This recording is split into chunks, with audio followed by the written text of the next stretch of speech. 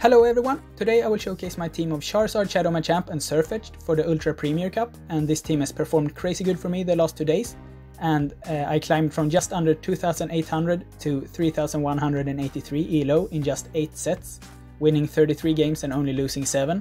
And before this I tried to get a good set with the timeout strategy in Open Ultra, but I ended up losing 350 points over 2 days, so I had some ranking to get back.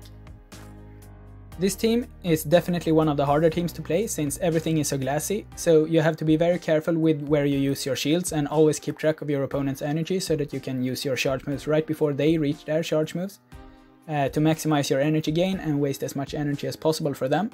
And the idea is a double of the same type structure where Sirfetch'd is the bait switch, and Sirfetch'd can one-shot many fighting counters with Brave Bird, such as venusaurs and gallades that are very common, and since Brave Bird isn't that common to carry on Sirfetch'd, more than half of my opponents, like 6 out of the 9 gallades that I faced, didn't shield it. So suddenly you get switch advantage, even though you get hard countered in the lead and the switching.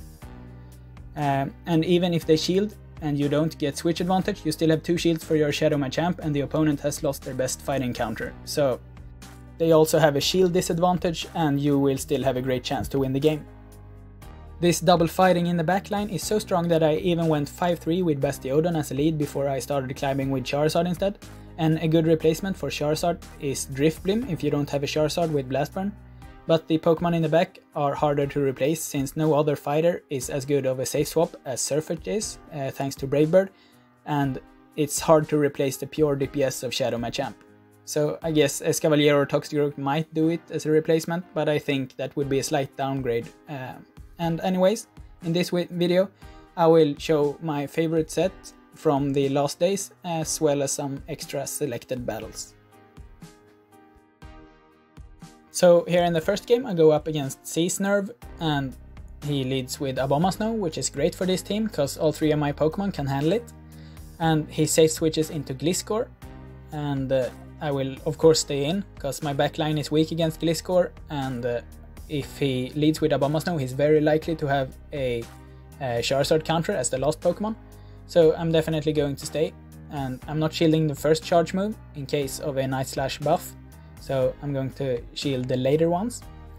And then I'm going to bait, but he calls the bait, and then I'm going to bait again, but this at this point is not really a bait anymore because he's KO'd if he doesn't shield it.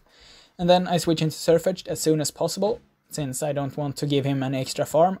And now, when I got his last shield, I have no reason to shield my own Sirfetch'd, because Machamp will easily be able to handle it from here. And I'm just able to reach the Brave Bird and one-shot the Abomasnow, so this wasn't really even that close. He's definitely not going to throw an Earthquake here, since he knows that I have a shield and pretty much everyone shields the Machamp on the first charge attack, so I was confident that he was going to bait there.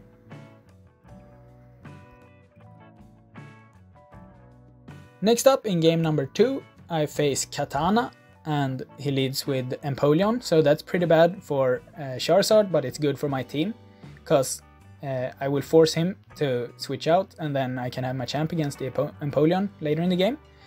And just like many of my other opponents, this player did not shield the Brave Bird, so even though I got hard countered in the lead and hard countered in the switch-in, since he didn't shield, I am suddenly in a winning position, because I can have my flyer against his fighter and my fighter against his steel. So at this point I am in a very good spot. He switches and I switch in my Machamp, and here I will shield and go for the full farm down to have a ton of energy against the Toxicroak and force him to throw. But Toxicroak wins CMP and a Mud Bomb is just able to take out the Shadow Machamp. So here I'm forced to go for the Dragon Claw because the Toxicroak wins CMP versus Charizard, so I couldn't afford to go for a Blast Burn there. But it's still enough and I'm just able to win.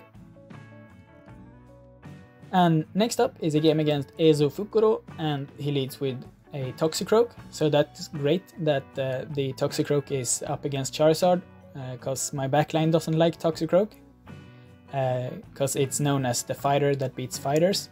So I'm going to go for a Blast Burn here and hope that my opponent doesn't shield, but he shields and then throws. So I need to preserve my Charizard in case he has another fighter counter, but then he switches into Umbreon, so I'm going to bank all of that energy on Charizard, and I've got pretty good IVs on my Shadow Machamp, so I know that I will be able to survive 2 last resorts. So even though I don't have any shields left, I wouldn't have shielded anyway, because I know that the Toxicroak will be able to deal with my Machamp. And then my opponent makes a mistake and go for foul play. Or maybe it wasn't a mistake, he maybe wanted some farm with Toxicroak. I don't know, but it's a kind of weird play.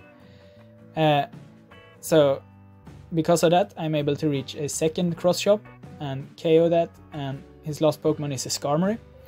And at this point we are both 4 moves away from a charge move, so I attempted a fast move denial right there, and I succeeded. So at this point I know I'm going to CMP him to the second charge move and win the game. But otherwise I would have just switched in Sirfetch'd on the 5th Sky attack. So I probably could have dealt with it in some other way too. And my next opponent is Svensson, and this is game number 4. And this game is pretty incredible actually, because my opponent leads Umbreon, so I insta-switch to get my Machamp against it later in the game. But they have a Charmer in the back, and this team does not really like Charmers, since both my Pokemon in the back are hard countered by them.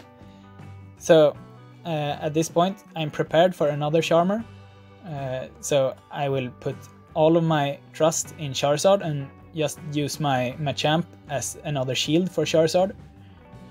So here, when they get the next foul play, I try to catch it, but sadly they didn't throw it immediately. So at this point I am not in a good spot, but at least I have a ton of energy on Charizard. And I managed to make a fast move denial right there, which was crucial for this game, because then the Togekiss was not able to reach an Ancient Power or Aerial Ace.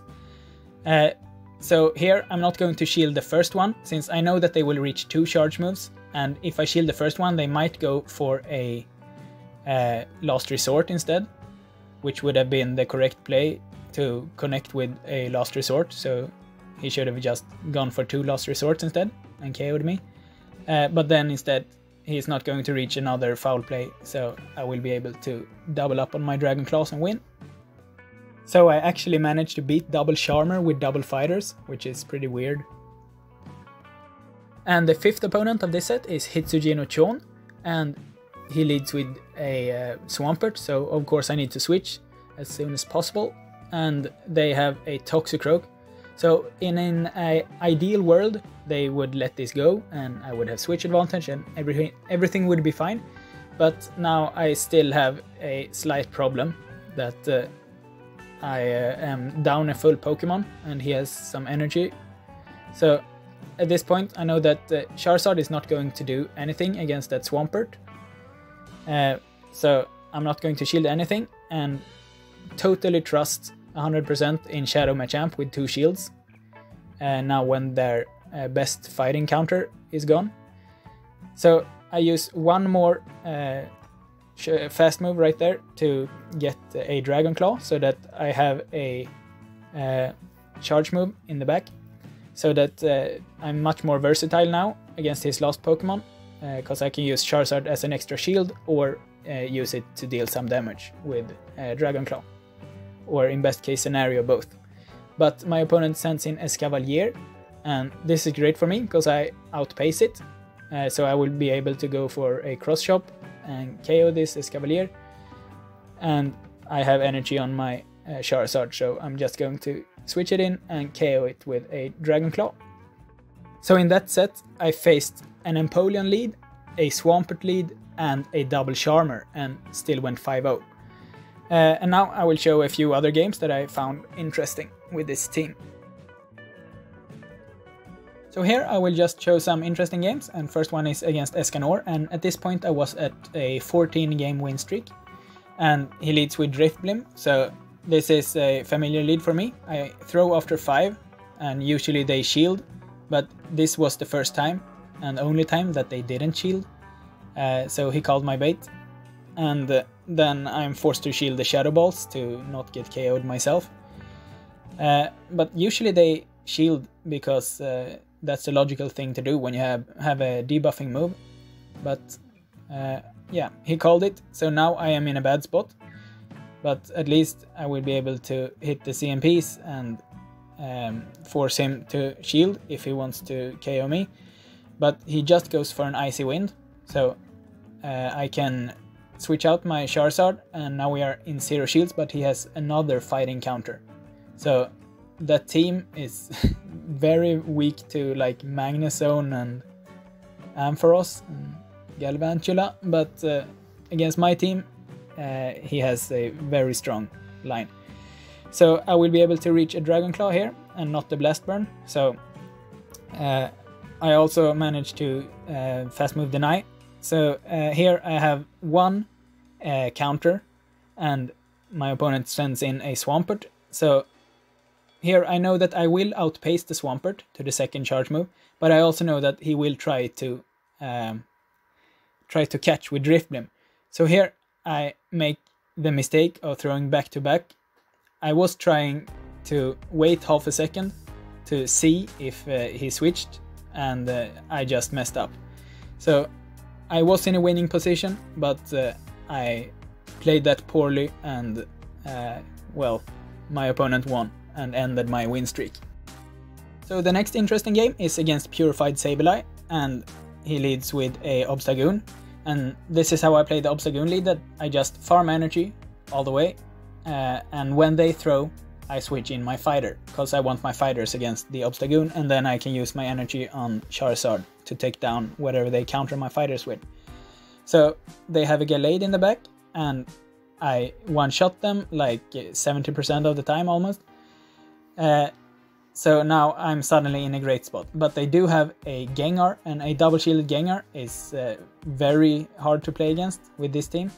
But luckily I have energy. So this turned out to be the Wallower team that he made a video about like 1 day ago. And it's funny that this team has Gengar and Gallade in the back, but still struggles to beat the Machamp plus Sirfetch'd core. So when they don't shield and I get the switch advantage, the Obstagoon is just not going to do anything more in this game. And right here is the last game of this video against Dianelle, and she leads with a Lapras, so that's bad for me but good for my backline. And then I'm hard countered in the switch in also, and she's able to call my nuke.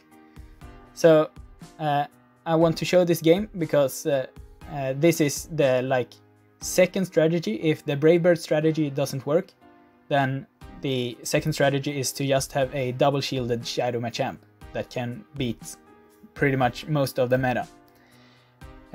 So when their Gallade is gone, I waited to throw my charge move until they made a close combat so that I could have one-shot him with a Dragon Claw, and then I'm putting all of my trust into Shadow Machamp, and it turns out his last Pokemon is a Alolan Mook. So I'm going to be able to outpace it and get the last shield. And then here, since I don't want him to throw another charge move, I go for the Rock Slide that deals slightly more damage, even though it's slightly less efficient. But then I have a shield left. So now I will easily be able to take down this Lapras. And well, that's it for this video. Thanks for watching.